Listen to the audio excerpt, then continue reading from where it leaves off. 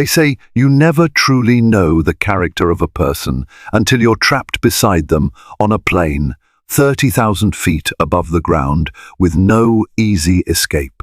Who could have imagined that a routine flight would erupt into raw chaos, heartbreak, and an unforgettable lesson in courage? When a hateful man slapped a helpless young boy, everything changed, not just for the victim, but for every passenger who found themselves caught in this swirling storm of tension. What happened next was so astonishing that it would echo far beyond the thin walls of that aircraft, forever altering lives on the ground below. Delta Airlines Flight 347 was slated to depart from John F. Kennedy International Airport in New York, bound for Los Angeles. The day, bathed in the gentle sunlight of early spring, seemed innocuous. Tucked into Gate B28, the Boeing 737 looked like any other standard plane awaiting its next journey, unremarkable, yet essential to countless families, business travelers, and hopeful tourists planning to cross the country. Flight announcements crackled overhead, mixing with the hum of anxious voices. Nothing indicated that this day would be any different from the thousands that preceded it. Among the travelers was James Walker, a bright-eyed 12-year-old boy traveling with his mother, Cynthia. James had never been to California before. Cynthia, a single parent, had saved up for years to afford a week-long trip out west. This was not just a vacation, but a celebration of the obstacles they had conquered. 2 years prior, James had endured a harsh illness, pneumonia, that almost escalated into something far more critical. Every breath that carried him was a reminder that life was fleeting, precious, and worth seizing. This trip represented that second chance. Tucked in a corner, the pair waited quietly for the call to board. James's excitement shone in every inch of his being. He had tucked an old dog-eared Marvel comic book under his arm, eager to entertain himself once on board. Cynthia, a resolute woman in her late 30s, exuded strength.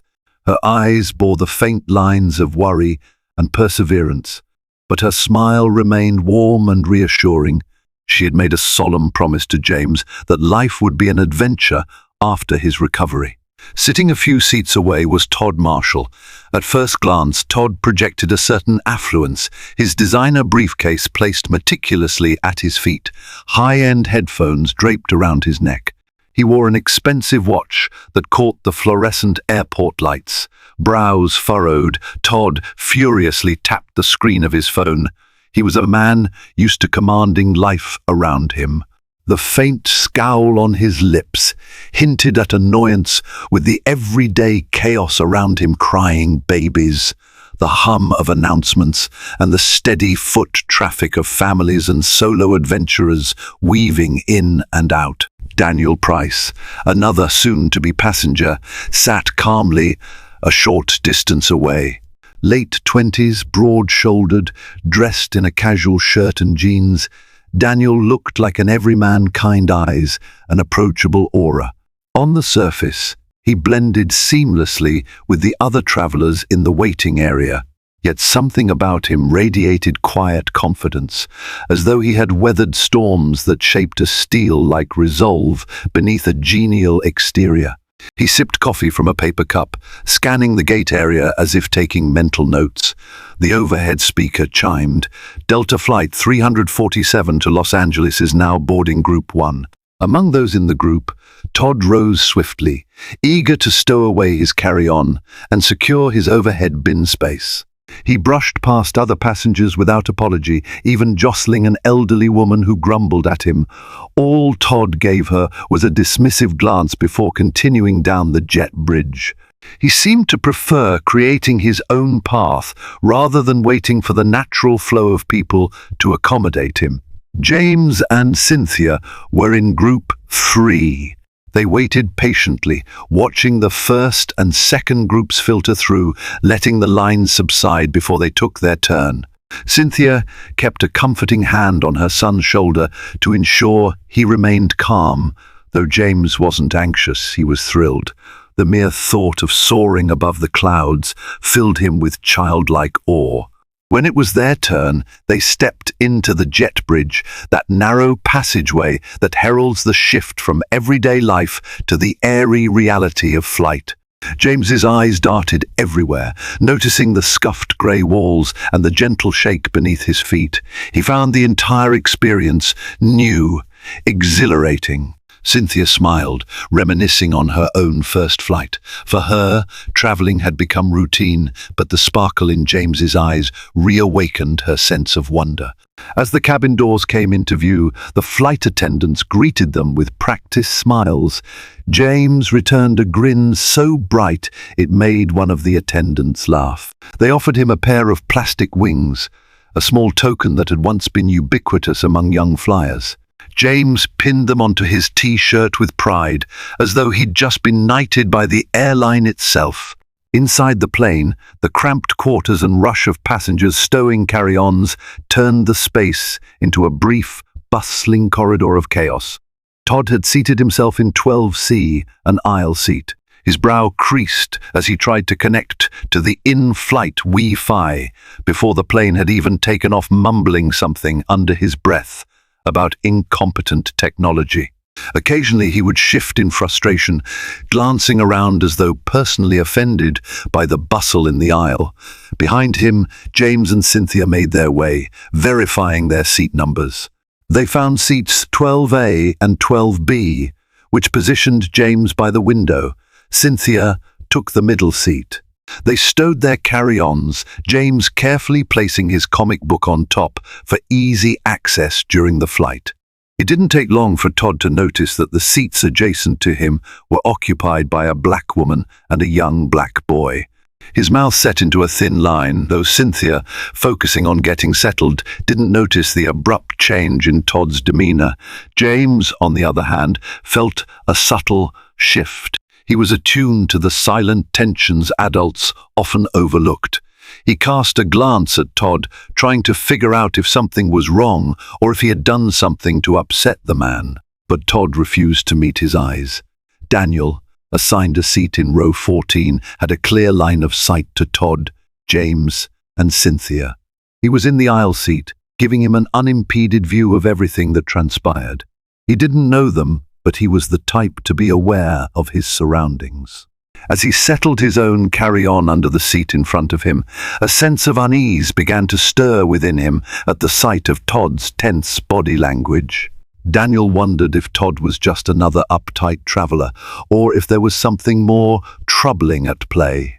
Near the front of the plane, flight attendants scurried about, systematically closing overhead bins and helping passengers find their seats.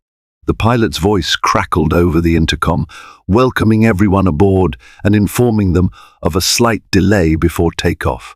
A collective groan passed through the cabin at the news of the delay, but such exasperation had become a predictable refrain in commercial air travel. James rested his head against the window, gazing at the airport's labyrinth of runways and terminals beyond. The plane was like a small community, bustling with personalities and unspoken stories. He caught glimpses of airport staff waving bright orange wands and small vehicles ferrying luggage.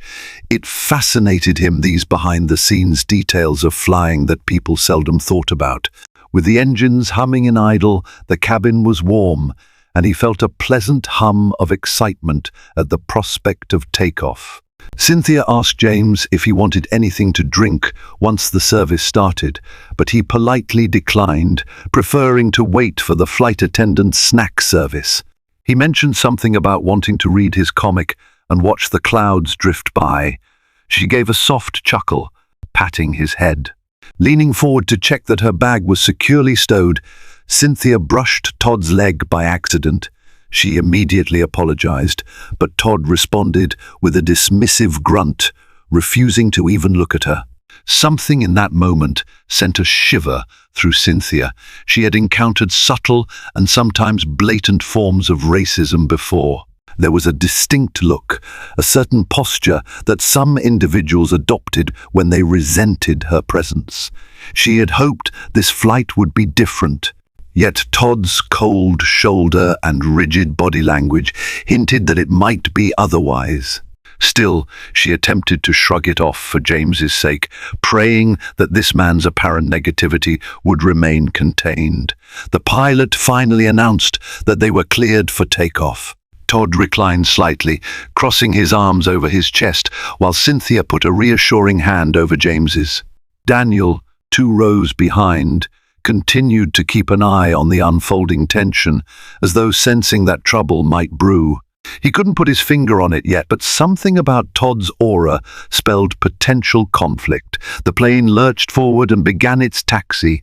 James's eyes widened. The vibrations under his feet, the roar of engines, and the slow acceleration combined into an awe-inspiring prelude. He pressed his face closer to the small rectangular window, enthralled by the dance of tarmac lines passing below. Cynthia, meanwhile, kept watch on the seat belt sign, reminding James to keep his seat belt fastened. Todd sat stiffly, occasionally flinching when James made even the slightest movement. After a few minutes, James pulled out his Marvel comic. The crinkling of pages drew an irate glance from Todd. Yet, for the next few moments, they all existed in fragile silence. Gradually, the plane reached the runway's end. The engine's roar escalated in intensity. With a jolt, the Boeing 737 sped down the runway, pressing everyone into their seats. To James, it was thrilling. To Todd, it was one more inconvenience to endure. Once they were airborne, the seatbelt sign dinged off. The cabin stabilized, and an attendant began making rounds to remind passengers about standard safety procedures and the upcoming beverage service. Cynthia let out a breath she hadn't realized she was holding. James, all smiles, pressed his forehead against the window, mesmerized by the cotton-like clouds and miniature cityscape below. Just as the initial wave of in-flight service started, a child from across the aisle shrieked with laughter, either from excitement or as part of some game on a tablet. Todd flinched in annoyance, letting out an exasperated sigh. Cynthia shot him an apologetic glance, though she was not the child's parent. She understood that flying could be stressful, but Todd's reaction seemed disproportionate. Everyone else within earshot wrote it off as typical flight background noise. A flight attendant named Marisol arrived at their row, offering drinks and small packs of peanuts or pretzels. Cynthia politely asked for a ginger ale, James excitedly requested orange juice, and Todd demanded black coffee. There was no please or thank you. Marisol's pleasant smile faltered slightly, but she continued as a professional would. James fumbled with his orange juice, trying to open it carefully. The seal top popped, and a couple of droplets landed near Todd's seat. Immediately, Todd's head whipped around. He stared at James, who froze, apologizing for the spillage. Cynthia, too, jumped in with an apology, hastily offering a napkin. But Todd just glared, his features twisted in disgust, as though James had committed an unpardonable crime. In a subdued voice, Cynthia said, "I'm so sorry, sir. He's just a kid." She dabbed at the tiny droplets that had escaped onto the armrest between Todd and Cynthia. Todd's nostrils flared. "Kids need to learn to handle their drinks," he muttered angrily. "People these days don't teach basic manners." Cynthia held her tongue, not wanting to escalate the situation. She reminded herself it was just a minor spill, hardly an event worth an outburst. Yet the way Todd's lip curled as he shot a venomous look at James was impossible to miss. Daniel, from row 14, quietly observed. He clenched his jaw, feeling protective impulses stir. So far,